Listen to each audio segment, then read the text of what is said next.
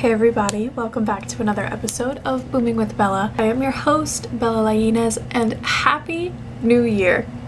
It is officially 2025, even as crazy as that sounds, because I have not felt like it is a new year. I very much feel like New Year's Eve happened, it came and it went, and there was like nothing that big about it. I didn't finish my vision board until today, and I kept saying to myself that like my new year wasn't starting until my planner arrived, and that arrived like last Monday. So I don't know, the transition has felt very weird. I'm excited for 2025 and what this year holds. I have no idea what's gonna happen or what's coming, and with that, let me know if you guys want me to put everything on YouTube for YouTube Shorts or Instagram Reels. If we do lose TikTok, I'm trying to figure out like kind of the best place for me to, post the things that I was posting on TikTok would be. So let me know if you would prefer that here on YouTube, or if you would prefer that on like Instagram Reels or some other platform I may not be aware of. However, to start off 2025, we're going to talk about Bad Bunny. Yes, we are. Because he gave us the album of the year 5 days into the new year. And I don't want you to like think about my love for Bad Bunny as like the influence behind all of this. Like, yes, obviously I love him and his music is amazing, but this album is proof that it's not just me. Many people have spoken about this album, how beautifully done it was, how it reaches multiple generations of people. So I'm not just being dramatic when I say that it's already the album of the year. I don't want to say too much now because I'm gonna spoil half the episode. We are going to talk about DeBí TiRAR MáS FOToS. This is another album that I went into with no expectations. If you're not gonna seek out the album, I'm gonna force you. In the politest way possible. I listened to it about an hour after it dropped because it dropped while I was in the middle of Pilates class. So as soon as my class ended, I plugged it in to my car, and I just drove to Smoothie King, got myself a smoothie, drove to Walgreens, picked up what I needed, and then just kind of drove around and eventually just sat in my driveway for the last 20 minutes or so to finish out the album and listen to the whole thing the full way through. I was texting two of my friends simultaneously while it was happening. They were both ahead of me, and at one point one of my friends had texted me and was like, this song is gonna make you cry, the end of this song is gonna make you cry, and this song is gonna make you cry. And I appreciate the heads up, but it didn't matter because I cried anyways. To start, we will go through songs on the album. I will talk about main takeaways from the album that you need to comprehend, or like kind of just the research that I've done, etc, like what the main takeaways of the album are, research I've done, and overarching thoughts that people are having, projections, etc. I'll close out with what this album means, like did for me. DeBí TiRAR MáS FOToS, okay? I will mention now, but we'll go into deeper with it later on. He did release a short film with the album, as well as the visuals for the lead single El Club and the third song on the album, Baile Inolvidable. So, the first track, Nueva York, samples El Gran Combo de Puerto Rico, their song Un Verano en Nueva York. This is an old classic song from the 70s. I mean this in like the nicest way. This is kind of what I was expecting from Raúl Alejandro, minus the dembow. Opening the album with that track is just a pure insanity. I had no idea what I was in for, but the second that this is literally a clip that I took that I sent to my friends when I first heard that.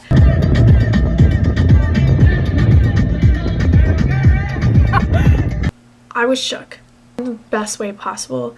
Following that is Voy a llevarte pa PR, which is classic reggaeton. The third track, Baile Inolvidable. Now this is something special. So that is a third track, and I will say after I listened to these three songs, it kind of solidified it to me that this was gonna be a project unlike nothing else. The first song was amazing. Second song, great. Loved it. third song blew me away, and I was like, okay, like this album is gonna be something serious. So by the time I finished Baile Inolvidable, I kind of knew that this was gonna be my favorite album. It was over for me. Bad Bunny all 2025. The following song is Perfumito Nuevo with Right Now. Right Now is actually an artist that I feel like I've heard a lot about recently, so to see her on this Bad Bunny album just kind of made me want to go back and listen to more of her music, so I've been doing a Right Now deep dive. The following song is Abuelita with the band Chewy. That's a really fun one. Following that is the song that I have had stuck in my head every single day.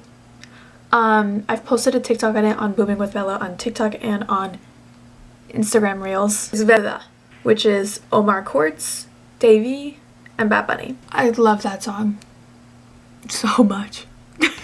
Following that is El Club, which was the original single off of the album, which there is a music video for it out. The next is Que Tu Crees. Following that we have Boquete. That one has a lot of Puerto Rican specific references. So good. Glow Friends is next. I love that song. And then following, I love them all, so who am I kidding? But following that we have Turista. After he depresses the hell out of you with Boquete, Glow Friends, Turista, we have this one, Café con Ron, with Los Pleneros de la Cresta. Mi Toro de Coco follows that. That was the second single released right before Christmas to the new year. Another sad one, but another fun one in terms of the rhythm. Following that, we have probably one of the most important songs on the album, Lo que le pasó a Hawaii. I'll talk more about why después. I literally get a lump in my throat, if not already start to tear up every single time. So again, everyone keeps talking about how this album is an absolute fucking roller coaster because you go from a song like Lo que le pasó a Hawaii to this. Ew. And then you're gonna cry again with the title track on the album, DeBí TiRAR MáS FOToS. Sorry. Then we go to La Mudanza, which is another one that also made me cry, so just bear with me. I don't think you guys understand how hard it is for me to sit still in this chair as this album is playing. So those are the albums. Clearly it's an hour and 2 minutes, so super easy to listen to. If you can't see, I favorited every single song on the album, so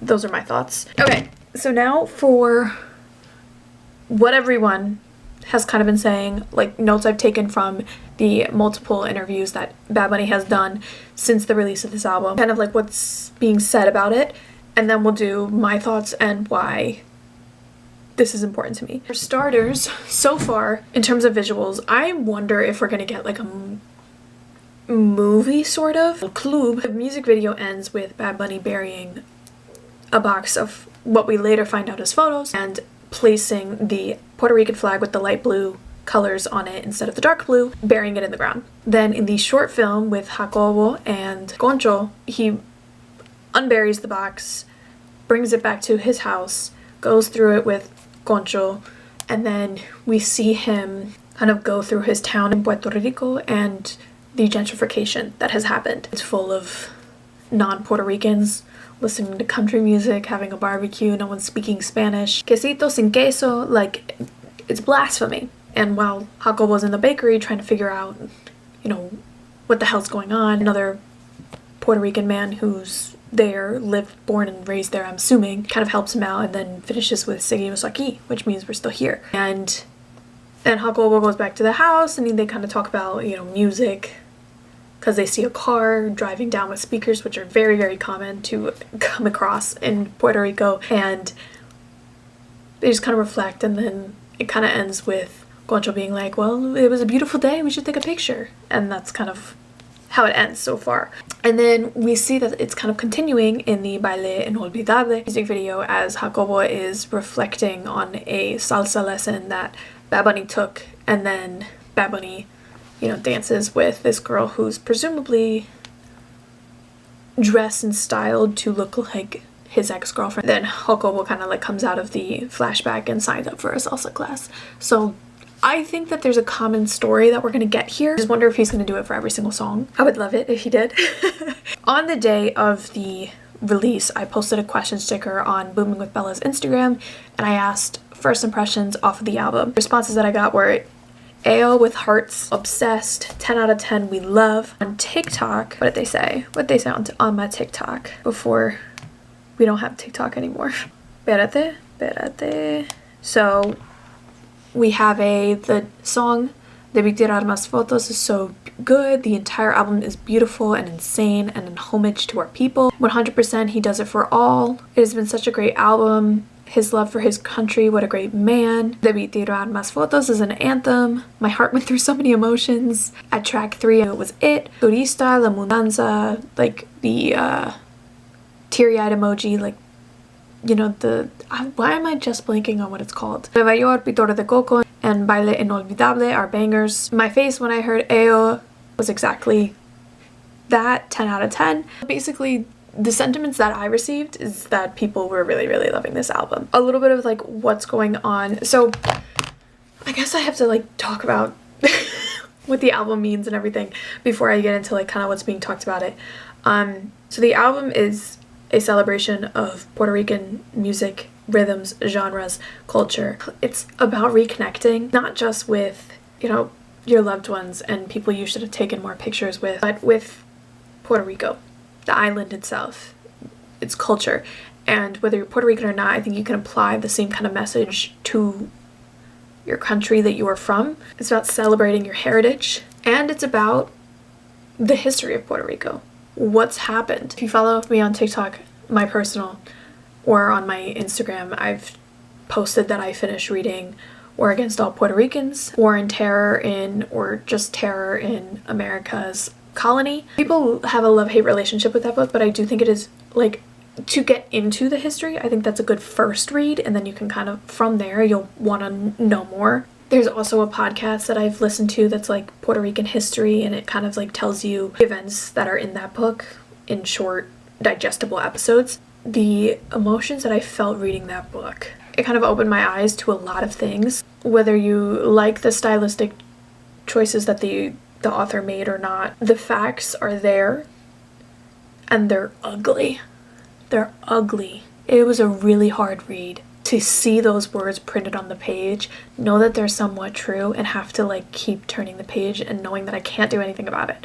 Like, it happened 100 years ago. Some of the events have only happened in the 50s. But these are kind of things that are still being talked about in Puerto Rico, like whether or not it should be the 51st state of the United States, how the island would benefit from that or how it would hurt the island. And especially during election season, Bad Bunny has been advocating for the Independent Party, which does not believe that Puerto Rico should be the 51st state of the United States. And he's been really adamant about fighting for Puerto Rico. That's why it's like, if you're to ask me from now going forward who my favorite artist is, it's gonna be impossible for me to not say Bad Bunny. Because what he does for his island, his people, is not something that's being done on a regular basis. He is, advocacy aside, also just a musical genius. He's experimental. He has an ear that's incredible. He's like, the album is sonically genius. So was Un Verano Sin Ti. So was Nadie Sabe Lo Que Va a Pasar Mañana. So was Yo Hago Me De La Gana. So was, like, they were all sonically genius. He's experimental. He doesn't put himself in a box. And then he is this warrior, this leader, this soldier for Puerto Rico. And he's unapologetic about it. So I don't think I'll ever be able to sit back and be like, yeah, Bad Bunny's great, but like, I prefer, no. Nobody's doing it like Bad Bunny is right now. And I'm so grateful that I get to be alive during this time, but enough about that. Basically, I watched both his interview with Zane Lowe on Apple Music and then his interview with Pod Crushed, I think that was the name, or Pop Crushed, on the New York Times. These are the general notes that I took from the interviews. Like I said, Nueva York samples El Gran Combos, Un Verano in Nueva York. Apparently he's had that song for a while. And then Voy a Llevarte Pa PR, he calls it like reggaeton jíbaro, meaning that it's simple, classic reggaeton. And his message is kind of like to just not overcomplicate the sound that people love. It's a classic. You know, there's nothing wrong with a simple reggaeton beat. His favorite is Baile Inolvidable because he's wanted to make that forever. All the musicians on the song are kids from the Escuela La Libre de Música, which is the music school in Puerto Rico. It's just such a good song, especially because it's like live instruments and there's like these kids that are playing their heart out. And that was kind of like one of the things that he wanted to really drive home. It's like everyone thinks that salsa is for the viejitos, but there's kids out here learning and playing and getting into the genre and the music and the rhythm, and they deserve a chance to be heard. And then in terms of like the concepts, so he obviously was here in the United States for a while, wasn't in Puerto Rico, and he said that that kind of was the beginning of him feeling like the rumblings of this album. He says that sometimes when you're far away from things, you can see it better, appreciate it more. He was sharing his experience about Puerto Rico with other people from Canada, people from the United States, etc. And that made him realize just how messed up and screwed up things are in Puerto Rico, and that kind of helped him feel a different purpose, a deeper journey to show the masses who he is and where he's from.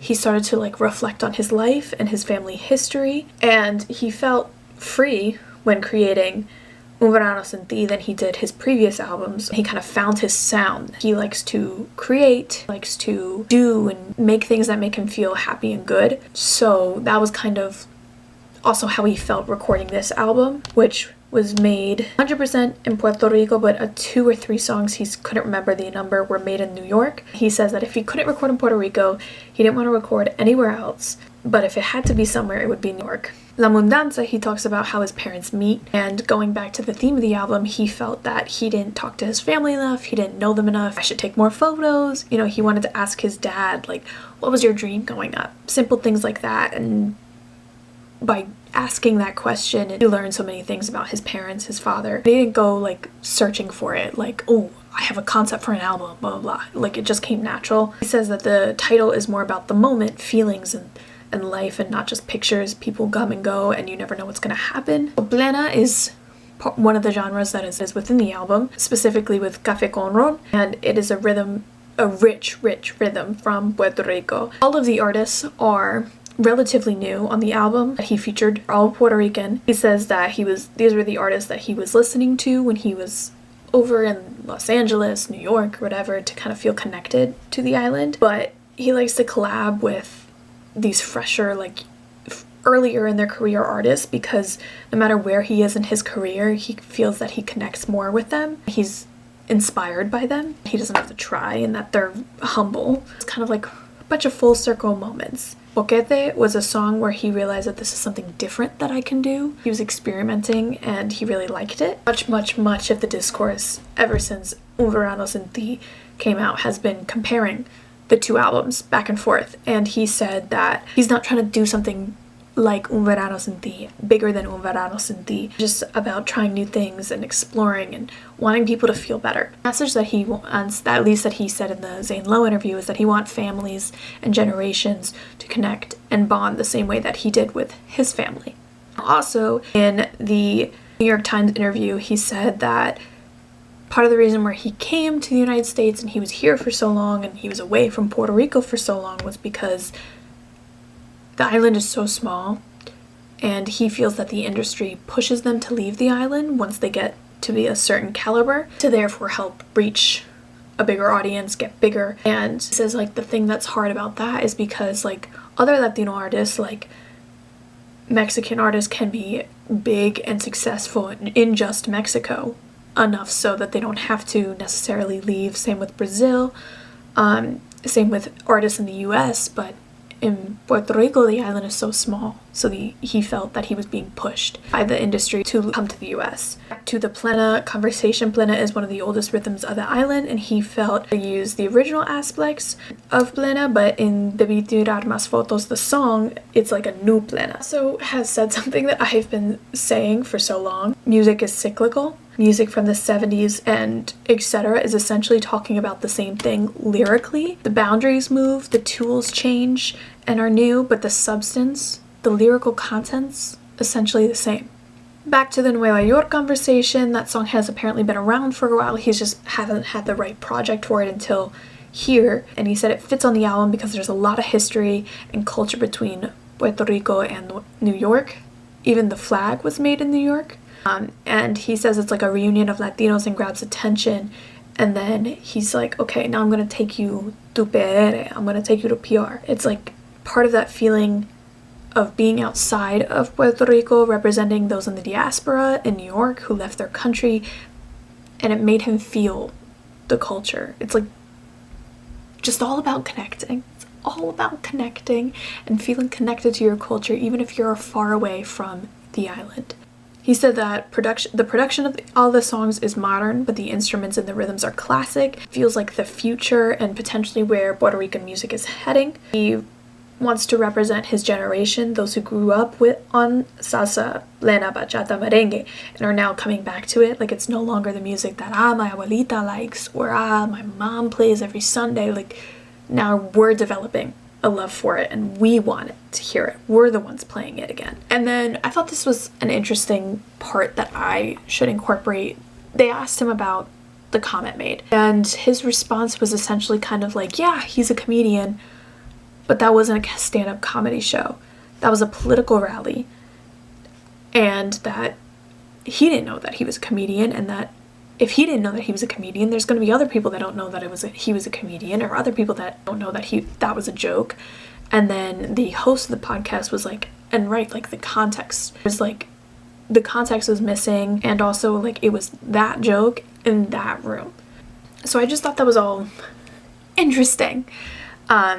And kind of some things that I thought were worth sharing with you here that I saw on Twitter, X, and Instagram was that Baile Inolvidable has reached #1 on the US Apple Music. I think it's recently been dethroned by DeBí TiRAR MáS FOToS because there was a trend on TikTok going around of everyone sharing photos of their deceased loved ones, whether it be humans or pets. Baile Inolvidable having reached #1 was the first salsa song in history to reach this milestone. Oh, all of the visualizers for the album have historical events, and if you like go look up the videos on YouTube, like it will tell you important facts about Puerto Rican history. Bad Bunny worked with Jorel Melendez Badillo to teach, I guess, the history through the songs and through the visualizers and through the short stories and everything. So he worked very closely with him, and he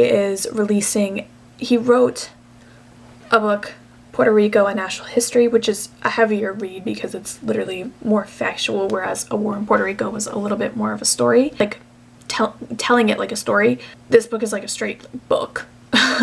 He's working on a revised paperback edition of Puerto Rico, A Natural History that's coming out later this year with Princeton University Press. So I will be paying attention and waiting for that. Someone tweeted that, yo no entiendo para que la gente le enoja que Bad Bunny hable del lugar donde nació y comparta abiertamente sobre los problemas de su isla. Ojalá todos los artistas usaran sus platforms para hablar de lo que está mal con el gobierno. So that essentially translates to, I don't understand why people get so angry that Bad Bunny talks about the place where he was born and openly shares about the problems of his island, and that I wish all artists use their platforms to talk about what's wrong with the government. I think that's a good point because Bad Bunny has kind of made it clear that he does not care about sales anymore. He's just making music that feels good. Another thing is that El Viejito in the short film is Jacobo Morales. He's a Puerto Rican cinema legend, and the sapo concho is an amphibian that's native to Puerto Rico and is in danger of extinction. The sapo concho is native to the Taínos, like as the island has been gentrified and locals have been pushed out, etc., etc., etc., so has the sapo concho. Pero seguimos aquí. They're still there. They actually thought that they had previously gone extinct before, but then after a few years, some scientists had rediscovered them. So seguimos aquí. And the flamboyant tree, that's the name of the bakery in the short film, as well as in the backyard of Jacobo's character. It is a tree that in various cultures is a symbol of resistance, especially in the Caribbean islands. All of this because the tree has the ability to grow in very unfavorable conditions. Okay, well, my camera died, so briefly I'll go back to I'll read through the screenshots and then I will use my phone to finish the rest of the episode. He also, in an interview with a local radio station, he says that Turista is one of his favorite songs because it has a double meaning. Yes, it's a heartbreak song, it's a love song, but it also reflects how tourists only come to Puerto Rico and see the nice part of the island and they get to leave. You know, they don't have to stay through all the apagons. They don't have to stay through the aftermath of natural disasters, hurricanes, corruption, the way that the school system is failing. They don't have to see all that. NME gave DeBí TiRAR MáS FOToS a perfect score of 100, and they said that he knows how to draw from the past to keep Latin music fresh and progressive. And DeBí TiRAR MáS FOToS Benito revolutionizes Puerto Rico's folk music and reclaims his reggaeton throne with game-changing fusions that are authentic to him and what he believes in. Someone also had posted a screenshot of Chewy's Spotify monthly listeners before and after they had the song with Bad Bunny. Before, they were at 27.4K, and now they're at 1.8 million. Same with Los Planeros de la Cresta. They had like 37K, and then now they have 1.2 million. In an article for the LA Times talking about the visualizer, it says these visualizers contain turning points in Puerto Rican history from the lost Spanish expedition led by Christopher Columbus that was discovered by indigenous people all the way to the island's current dependency on foreign funds. Now that the album and visualizers are finally out, Melendez-Badillo says he was moved to tears by its message delivered through Puerto Rican folk album also known as Música Jíbara. It was Bad Bunny's vision that thought about bringing Puerto Rican history into the conversation with music, said Melendez-Badillo. It's not only an aesthetic project that he has crafted, but also a political project. So that was an article on the LA Times. Another person said, and I echoed through my TikTok video, is that my favorite thing about Bad Bunny's album is him honoring the Puerto Ricans living in the diaspora in New York. They don't get enough for their contribution to Puerto Rican culture. People make fun of them for not being able to speak Spanish, but they're a symbol of colonial resistance. In La Mudanza, there's a part that says, Si mañana muero, espero que nunca olvidan mi rostro y pongan un tema mío el día que traigan a Hosto. So that means if I die tomorrow, I hope you'll never forget my face and play one of my songs the day they bring Hostros. Eugenio Maria de Hostos' last wish, he was a Puerto Rican independence activist. His last wish was that when his body, after he passes, only be taken and buried in Puerto Rico when Puerto Rico achieves its independence. He's currently buried in the Dominican Republic. Talking about more political lyrics. Lo que le pasó a Hawaii. Quieren quitarme el río y también la playa. Quieren el barrio mío y tus hijos se vayan. No nos suelte la bandera ni olvido el lelolai. Que no quiere que hagan contigo lo que le pasó a Hawaii. In English, that means they want to take my river and the beach too. They want my neighborhood and for your kids to leave. No, don't let go of your flag or forget the lelolai because I don't want them to do to you what happened to Hawaii. In La Mudanza, aquí mataron gente por sacar la bandera, por eso es que ahora yo la llevo donde quiera, and then the Hostros part. But that essentially means they killed the people here for waving the flag, referencing the gag law, and that's why I take it everywhere with me now. Did you know, for 10 years, Puerto Ricans were not allowed to carry their own flag? They were not allowed to carry their own flag. They were not allowed to sing their national anthem. They were barely allowed to speak Spanish in schools and in public places. So that's why Puerto Ricans are so goddamn proud. Like, imagine if on the 4th of July, you weren't allowed, one, you didn't have the 4th of July. Two, you weren't allowed to wear American flag swimsuits. You weren't allowed to use the American flag emoji. Like, you weren't allowed to sing the national anthem before a game. Yeah. Okay. Rolling Stone also gave DeBí TiRAR MáS FOToS a 5 out of 5 stars, a perfect score of 100. A quote from the article is that it is as if I had found a new peak of greatness at the top of the mountains of Puerto Rico. Bad Bunny said that he's been dreaming about this album for years, and seeing it come to life has brought him immense happiness. He's always been honest with his followers and his fans, and through this new production, they'll continue to learn more about him as he discovers more about himself as well. People were also talking about Raúl Alejandro and his Cosa Nuestra and comparing it to this, and people have started to shut that down and say they're essentially albums about the same thing, the same experiences from different perspectives. And, you know, both of the guys are friends. They've spent time together recently. Like, there's no malicious intent between the two of them or Mando, so we don't need to compare the albums. They're both beautiful bodies of work celebrating Puerto Rican experience and history. This kind of explains what I was feeling about the whole Lo que le pasó a Hawaii. And Benito followed up an anti-colonial and anti-statehood album with the dirtiest perreo you've ever heard in your life, porque no hay manera de vivir. DeBí TiRAR MáS FOToS is Bad Bunny's most successful album to date, broadening his age range on the island. Beyond educating, there's a level of acculturation that transcends barriers. The album reinterprets classic genres with a modern perspective, and it is the first Spanish-language album in the history to reach the top 50 in countries on Apple Music. So that is some serious stuff, guys. That's kind of everything also that I've seen online, and I wanted to talk with you about why this is important to me. Like, so why does this little gringa sitting in a room get so emotional? You know, what does this all mean to me? One, I've been a Bad Bunny fan since my best friend Lauren put me on my freshman year in college. I wanted to go hang out in her room one day, and she was only listening to X1 on repeat, and she was like, you gotta be a Bad Bunny fan, Bella. And I was like, okay. Ever since then I have, and obviously my abuela is from Puerto Rico. I've spent a lot of time there with her recently, and like I said, I've been researching and reading a lot about Puerto Rican history. Let me also call back to my notes because we didn't talk about so much. I'm so sorry, guys. This is another really long episode. So I have to say, so we all know I've been on my journey to speak Spanish, to learn Spanish. I understood like 85% of this album without having to translate, just in my brain. One, round of applause for me, because that's phenomenal. That's amazing. I've come a long way. Because I've had this album on repeat, but even before this album, I had Cosa Nuestra, I had Primera Musa, and I had La Click Vida Rockstar on repeat, and Tranqui Todo Pasa on repeat. So like, all I was consuming was like Spanish music. Progress was being made. In these songs, there's some Puerto Rican references, but there's also just some like crazy cool references. He said un flow pasao, big pun.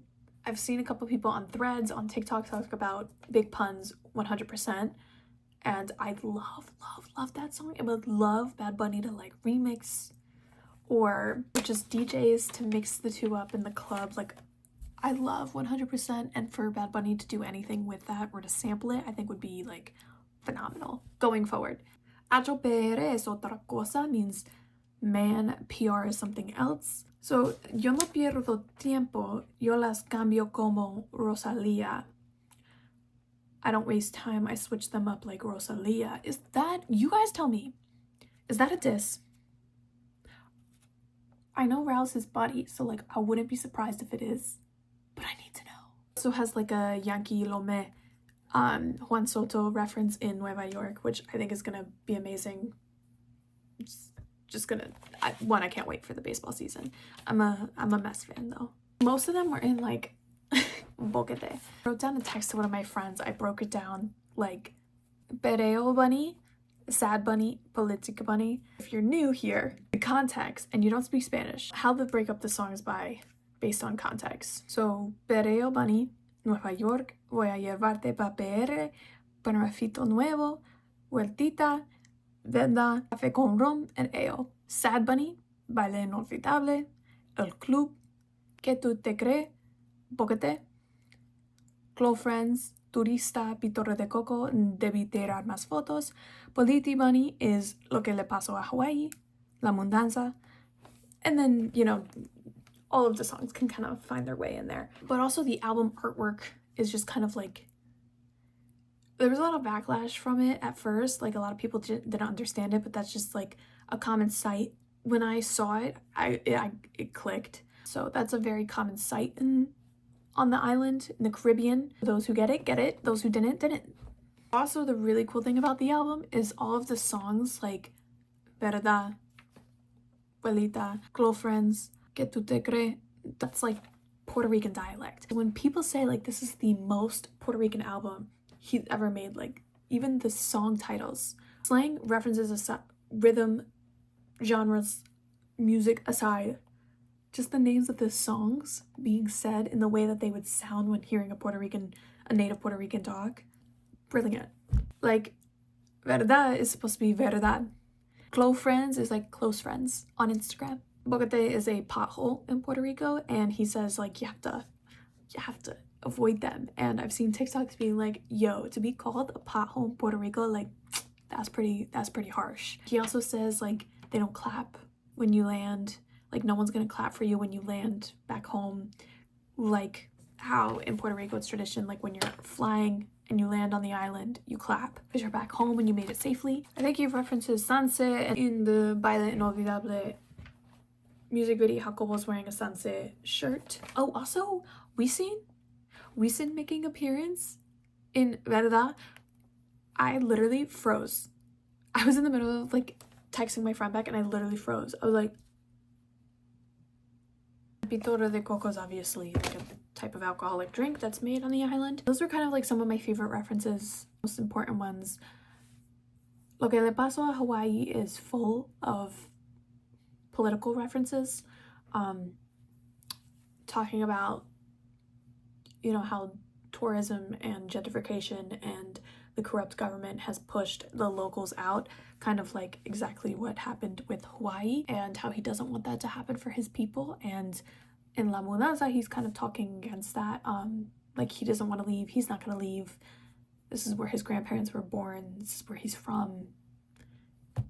He doesn't want to leave. And he even said that like one time in the Zane Lowe interview, his mom was like, oh, we're going to go to New York and like Connecticut, we're going to see some family. And he like stopped. He was like, no, I don't want to leave. She was like, it's literally for 2 weeks. Not exactly like that, but you know. So he just talks about that a whole lot, and that's really significant for a lot of Boricuas, whether on the island or not, for those of them who had to come over, who did come over and start a life in the United States, whether it be in New York, New Jersey, somewhere else in the country, like the Puerto Ricans living in the diaspora. I wrote a whole blog post about this, so I'm kind of looking at my draft. What this album did was it gave someone like me, a second generation, born in the United States, a former no sabo kid, the reassurance that like he loves me, but like not just me, you know, like todo. He sees and loves me too. I don't have a favorite on the album because honestly all of the songs are just amazing. Like I have to listen, if I start listening to it, I have to listen to all of them. But like I said, the ones that definitely put me in my feels are DeBí TiRAR MáS FOToS, Lo que le pasó a Hawaii, and La Mudanza. I just think that while some people may struggle to relate to this album, I think what a lot of people also in Latin America or Caribbean countries and in the diaspora are kind of feeling the message. Because, you know, war, poverty, government corruption, all of these are common themes among these islands, these countries. In some of these places, like, once you leave, you can't really go back. And I'm thinking about Venezuela specifically most recently. And you may not see your family and your loved ones for a very, very long time. I think that's why DeBí TiRAR MáS FOToS hit so hard. Even though it's a Boricua album from start to finish, the overarching message can apply to everyone. And I also love this album because of the infusion of genres. Like I said, we got salsa, reggaeton, plena, new plena, tambú, jibaro, house, and more. Just love how he took these rich classic rhythms and reinvented and reintroduced them. And you know I've been wanting this salsa revival, so I'm glad we're getting it. And I love how that there's something for everyone. Like by using these classic rhythms, these rich genres, it's something that my abuelo, well, found out he's a fan of the reggaeton side too. See this video that my cousin sent me. So who's the only culprit? Any guesses? Grandpa.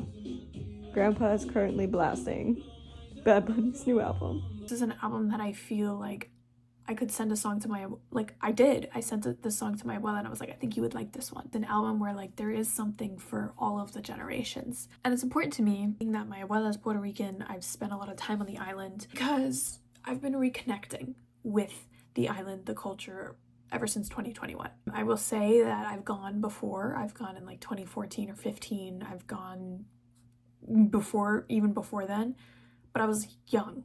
And we would go up to the Sivo or different places to visit family, but I don't think I understood. I was way too young to think about ancestry, the importance of culture and all of that at those ages that we would go. And I don't think it was until 2021 that it kind of woke me up. That was the first time that I was there with just my abuelo and abuela, my cousin. And they kind of took us to a bunch of places that I had not been before. Like when I was there previous years, we would go to Fajardo, we would stay at El Conquistador, we would do all of that stuff. I'd stay at my grandparents' house and we would just go to the beaches there. We would go spend a day in Viejo San Juan. But this is the first time that I was like going to local bars, getting pinchos, going to piñones, going to La Vaca and Furiosa, Lester's, getting empanadillas. Like this was the first time that I was experiencing any of that. And they kind of showed us like how they live when they're there. So I just kind of like felt like that I was learning more about Puerto Rican culture, Puerto Rico, etc. I just kind of kept feeling more and more connected and just like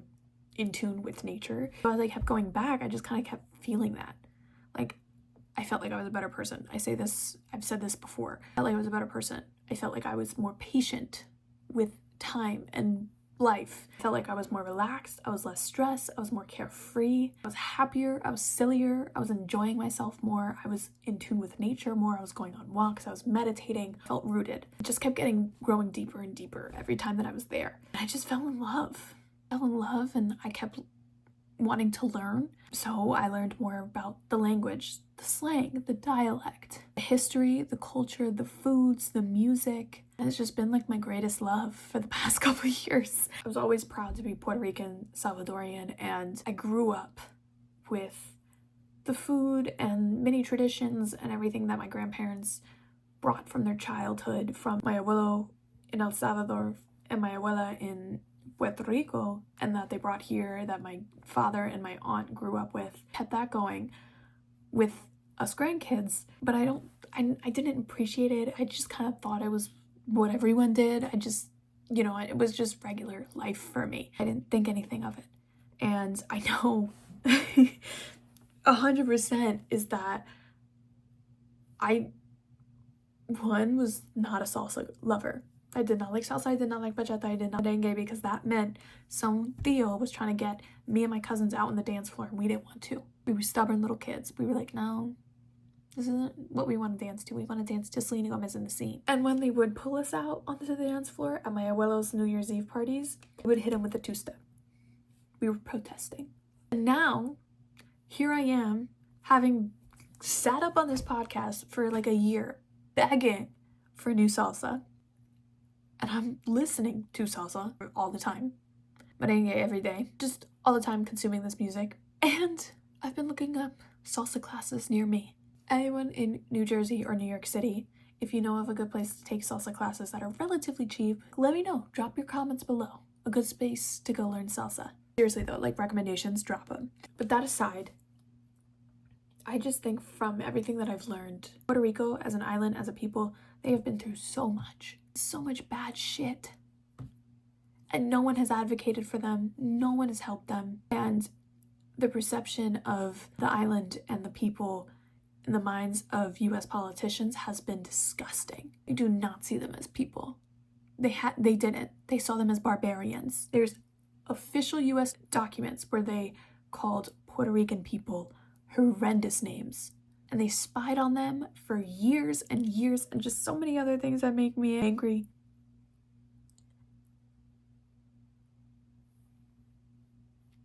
And then they've also been betrayed by those of their own. When the revolution was happening, they got betrayed by one of their own who